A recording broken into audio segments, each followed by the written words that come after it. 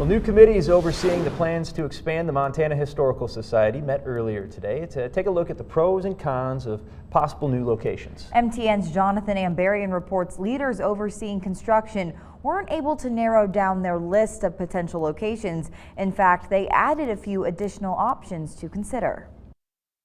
On Friday morning, the newly created steering and building committees for the Montana Heritage Center project held their initial meetings. The state has approved a budget of about $52 million to build a new location for the Montana Historical Society and possibly renovate the existing building. We want to get it right. We want to make sure we have plenty of opportunity for the public to comment, get all of the factors involved, take all the information. Their first order of business was to consider possible sites. For years, the plan had been to build the Heritage Center across 6th Avenue from the current Historical Society building. This year, the legislature approved funding for the project, but directed leaders to also consider building at the former Capitol Hill Mall site. Department of Administration Director John Lewis then decided to open it up even further. I can understand any feelings of frustration at the prospect of starting at this point.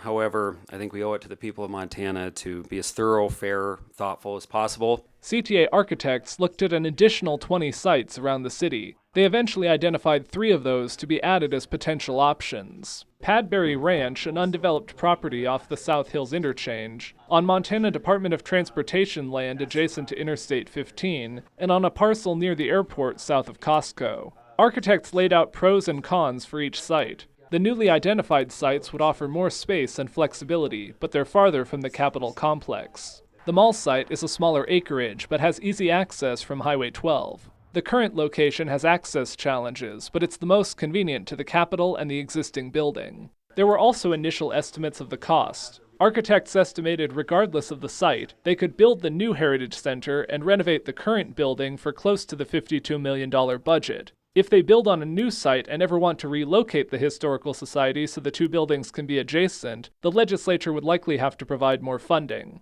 In Helena, Jonathan Ambarian, MTN News. They will prepare a final report next month for Director John Lewis, who will make the final decision on the site.